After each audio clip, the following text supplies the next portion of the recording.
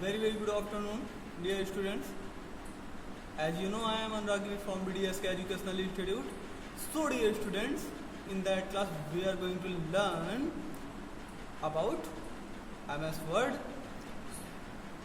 Students, हमने आपको पिछली क्लास में बताया था कि सिस्टम को हम सबसे पहले क्या करते हैं, रिफ्रेश करते हैं। रिफ्रेश करने के बाद हम कहाँ जाते हैं, स्टार्ट मेनू पे जाते हैं। अच्छा, हम स्टार्ट मेनू पे जाते कब हैं, ये बात थोड़ा क्लियर हो जाए तो अच्छा हो जाए, क्योंकि हमको ये क्या है, आप लोग जल्दी से सोच के बताइए ये क्या है। इसको हम क्या बोलते हैं, इसको हम आइकॉन्स बोलते हैं, क्योंकि ये हम पहले भी बता चुके हैं आपको। इस एरिया पे मतलब जहाँ भी ये छोटी छोटी आपको प्रोफाइल्स दिख रही हैं, ये पिक्चर्स दिख रही हैं, इनको हम क्या बोलते हैं, आइकॉन्स बोलते हैं। अब इसमें एक क्वेश्चन राइज होता है कि सर क्या ये इसी तरीके से रह सकती है? नहीं, इनको हम अपने अकॉर्डिंग इसको हम चेंज कर सकते हैं। मतलब इसमें कुछ फ्लैक्सिबिलिटी होती है, और वो कैसे फ्लैक्सिबिलिटी है उसको हम देखते हैं। देखिए यहाँ पे क्या आता है, जब जैसे हम रिफ्रेश करने जाते हैं तो रिफ्रेश करते समय हमको क्या मिलता है, यहाँ पे रिफ्रेश जैसे हम करते हैं हमको सबसे पहला ऑप्शन क्या मिलता है, व्यू मिलता है। लेकिन हम व्यू पे ध्यान ना देंगे, हम सीधा रिफ्रेश कर देते हैं।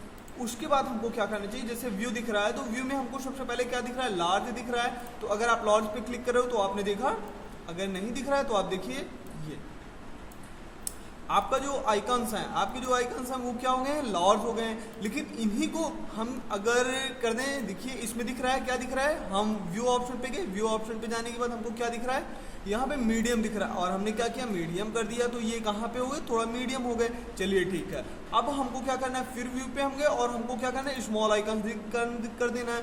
तो हमको ये क्या दिख रहा है, एकदम छोटे छोटे स्मॉल दिख रहे हैं। ठीक है, ये इतना तो हमको क्लियर हो गया सर जी। लेकिन ये जो इसकी आइकन्स इधर उधर फैली हुई, इनको हम कैसे एक ऑर्डर में करेंगे, तो वहाँ उसके लिए हम सबसे पहले कहाँ आएंगे, आपको शॉर्ट बाय पे आते हैं। उसके बाद यहाँ पे क्या है, साइज है और नेम्स दिया गया है।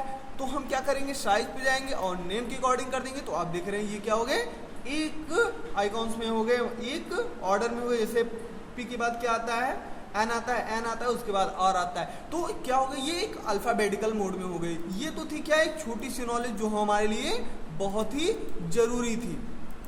ठीक है, अब हम क्या करते हैं, MS वर्ड ओपन करते हैं। MS वर्ड के लिए भाई हमको तो यहाँ नहीं दिख रहा है, नोटपैड दिख रहा है, वर्डपैड दिख रहा है, और ये रिमोट दिख रहा है, और मैन्युफैक्चर दिख रहा है, और माइक्रोसॉफ्ट वर्ड 20 दिख रहा है। ठीक है, हमको दिख गया, हमने ओपन कर लिया।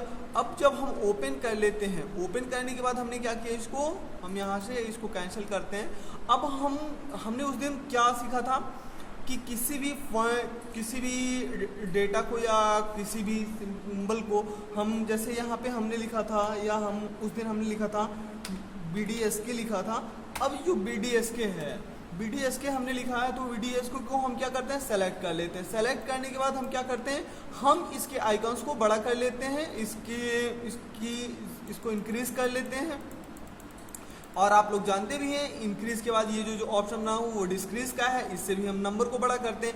अब हम देख रहे हैं यहाँ पे हमारे सामने कुछ फंड दिए गए हैं, तो हम जिस फंड में ले जाएंगे वो उसी फंड के अकॉर्डिंग चेंज होते चले जाते हैं। आप देख रहे हैं जैसे ये है, उसके बाद नो स्पेलिंग है, स्पेसिंग है, मतलब इसमें कोई स्पेस नहीं रहेगा। ये तो हमारा नॉर्मल है, नो स्पेस है। हेडिंग नंबर 1 है, हेडिंग 2 है, और ये टाइटल है। क्या है टाइटल, मतलब इसका मतलब है कि जब भी आप कोई वर्क करने जाते हो, कोई एप्लीकेशन लिखने जाते हो, या किसी को मेल करने जाते हैं, या किसी रिस्पेक्टेड प्लेस का नेम लिख रहे हैं, या किसी जैसे द रिवर हो गया, BDSK हो गया, या किसी इंस्टीट्यूशन का नेम लिख रहे हैं, किसी ऑफिस का नेम लिख रहे हैं, तो हमको एक इस चीज़ की जरूरत पड़ती है जो हमारी हेडलाइन है। मतलब हमको हाईलाइट कर दिखती है कि ये क्या है, इसके नीचे हाईलाइटेड लगा हुआ है।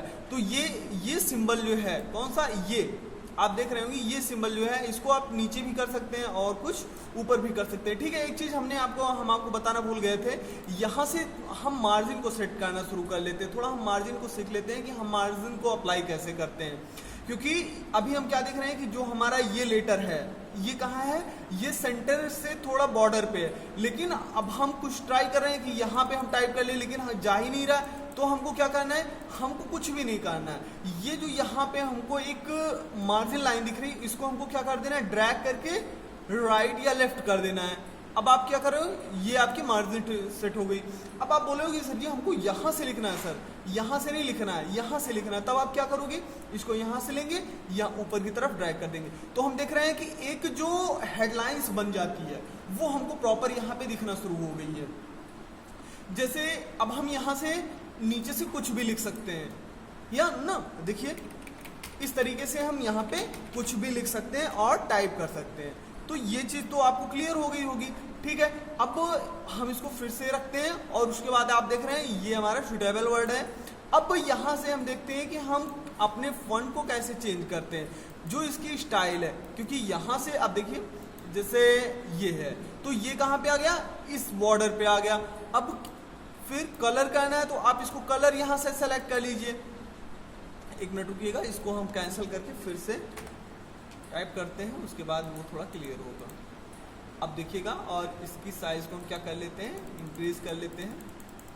साइज इंक्रीज हो जाती है, उसके बाद हम इसको सेंटर में ले लेते हैं। सेंटर में लेने के बाद अब आप देखेंगे यहाँ से हम क्या करते हैं, इसके फॉन्ट को चेंज करते हैं। हम कहाँ जाएंगे, सबसे पहले हम चेंज ऑप्शन पे जाएंगे। कहाँ पे जाएंगे, आप देख रहे होंगे। अब इस रिबन ऑप्शन में सबसे पहला काम आप ये कर लीजिएगा कि जो जो इसमें ऑप्शन है, मतलब होम टैब में जो जो हमको ऑप्शन दिए गए, जैसे क्लिपबोर्ड के अकॉर्डिंग हम क्या करते हैं, फॉन्ट में हमको क्या मिलता है, इस तरीके के काम को हम कर सकते हैं। तो आप लोग इसको कर लीजिएगा, उसके बाद लर्न कर लीजिएगा उसके ऑप्शन को, और नेक्स्ट वीडियो में हम आपको और सारी चीज़ें क्लियर करेंगे।